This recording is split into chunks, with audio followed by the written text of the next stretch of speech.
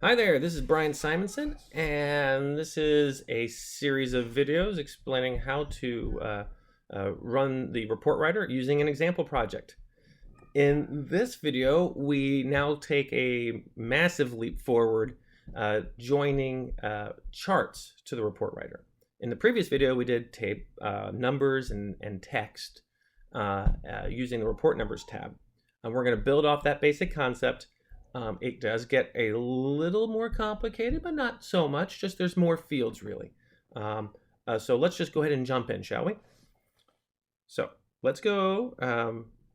Real quick review. In the Word document, we're going to eventually put a bar chart here for chart 1. Oh, chart 1 right here. We're going to go to our Excel tab. Let's take another peek at the actual chart tab, if you don't mind.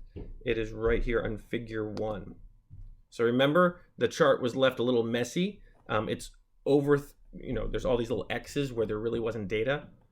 So the chart looks bad. The chart report writer will clean this up. So we're going to have to tell it what range the data is in, right? That's really what we're going to be doing. Where is the chart and what's the range of data? That's where we're going. So let's start populating these fields. We're going to go to report numbers and we're going to give it a tag just like we did with numbers and text. We're going to call it chart 001. Perfect. Easy enough. Give it a description. Chart 1. Sheet. It's in figure 1. Make sure we type it and space it perfectly. Chart name. That's what Excel thinks the chart is called. It's given an ID. How would you know what it is? Well, you wouldn't. However, we've produced a tab for you. A little button, a little tool. So go to Report Writer tab, and there's a Chart ID function.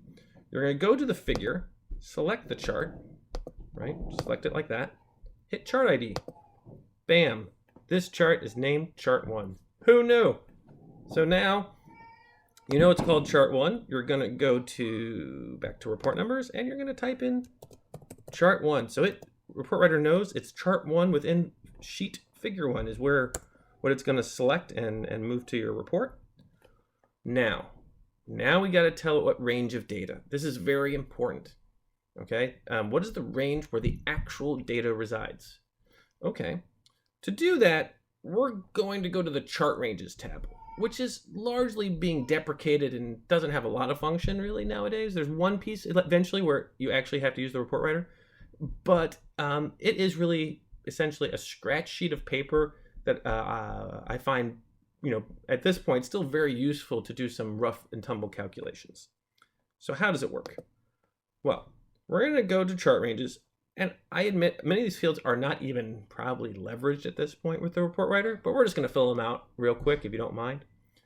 First, we're going to put in the ID that we're dealing with. So the ID was chart 001, the tag, right, that we're going to be using. It's important just because if you need to crosswalk this to the report numbers, there's no confusion. So we're going to go chart 001.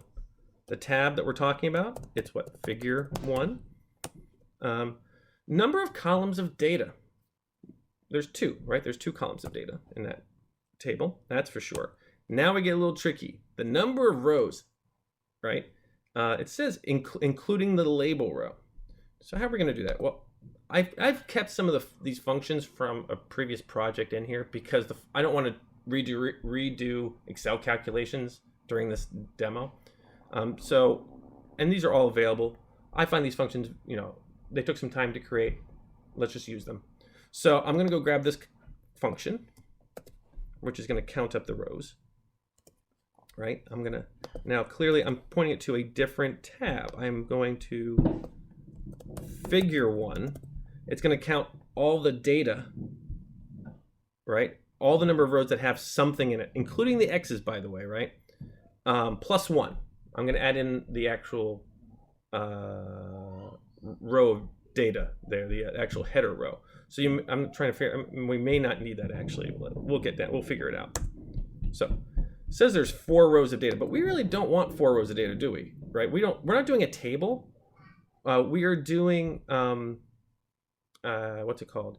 A chart. So we don't really want the header row, but let's just see where this takes us. Now, the next thing we're going to have to do is this next column E. It's a very simple thing. it says stop at column, right?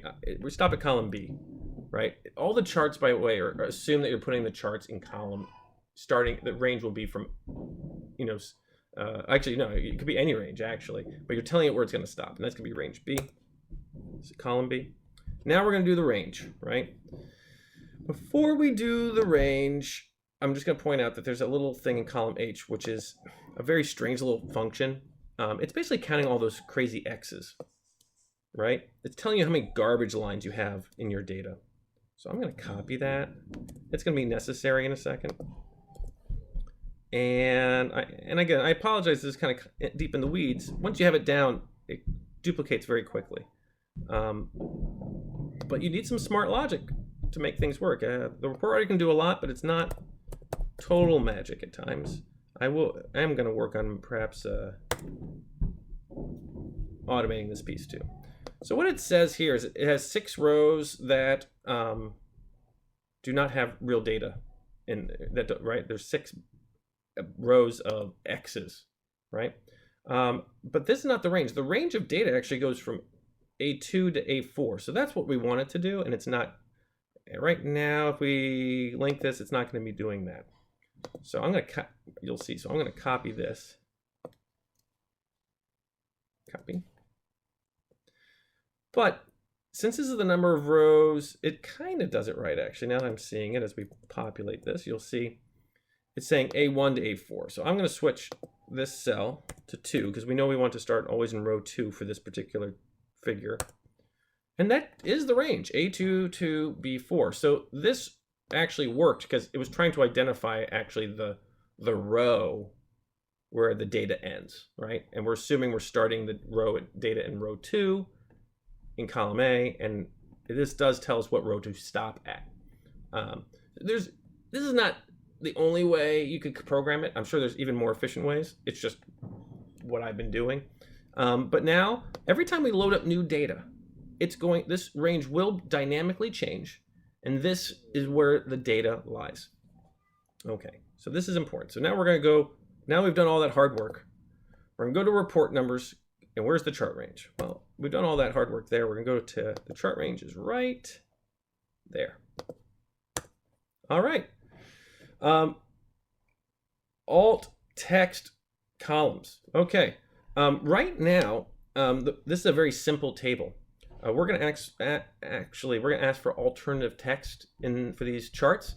Given the simplicity of this table, I have to recall all the rules of the report writer. I do not believe it has to be in column A. I think it might actually have to be in column A. If there's 2 columns of data, it's actually going to produce the alt text for you. Now notice I went ahead and produced my own alt text here. I'm not going to go into all the logic. You can see all the crazy Excel stuff. Have fun with it. I could use this instead of the automatic alt text mechanism. You could try the 2. Right? It's going to do its best case. So what we're going to do right now is we're going to go ahead and not populate the alt text override, which if we wanted to, we could. We could put it in column C right here. But we're going to see what the report writer does for alternative text and see if that's sufficient for our purposes. So there you go. That's chart 1 is all done. Real quick, since now we have the gist down, let's go ahead and populate the second chart. Chart 002. We're going to call it chart 2. It's in figure 2. The chart name is chart 1 as well. Right? It's chart 1 within figure 2. Chart 2.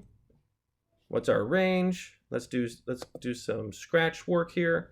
I'm going to go ahead and copy all of this now and just paste down because it's basically the same thing, except now we're talking chart 2, figure 2, 2 columns. Let me make sure I got that straight. Look, we should be looking for only about, it should be ending around row 3 here now, right? Let's make sure we got that straight. You're gonna have to change just what chart again, the sheet you're going to, figure 2. This is also a figure 2, right? 7 there, minus h5, sorry, minus h6, right? Notice, so this little function we're subtracting the h column is actually, I did not update that. I'm going to go fix that, notice, because of the way I copied the formulas was hard-coded, right? Perfect. And A2, oh, why did it not, when I copied the formulas, move these guys down? Because I copied and pasted, right? Strange. Okay, I'm not going to worry about it right now. I'm just go ahead and update these. I think that's like anti-Excel right there. What the hell is that? All right, here we go. A2 to B3. That looks correct to me. Don't ask me why the formulas didn't paste down when I moved down rows. Oh yeah, it makes, you would think it would have. Whatever. So now it's all set up. Chart ranges is looking good. We're gonna go to report numbers here and tell what the chart range is. Chart range would be figure data import. Right, where's chart ranges? Chart ranges, right here, that's your range. Now that I'm thinking about it, just for fun, we're gonna go ahead and, since you notice figure 2 and figure 1 both have those hand sculpted alternative texts, how about for one of them we will use our alternative text? I will override and say column C. I like my alternative text I made myself in column C. We'll make the second chart go automatic and we can compare the two later on. So the only thing left to do is go to our template and put in our favorite Qbert sign here. We're going to go at $sign chart 1 and at $sign chart 2, right? I don't think I did. Oh, see, I broke my own rule. Chart 1, chart 2. Didn't I already talk about not doing that? Shame on me. 0, 0, 1.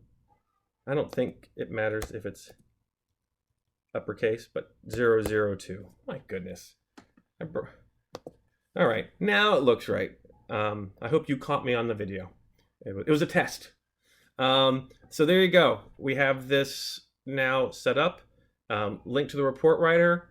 It's dynamic. It's going to change the ranges. It's going to, when we actually populate, you're going to see the charts look perfect when we're all done. Trust me, we'll get there.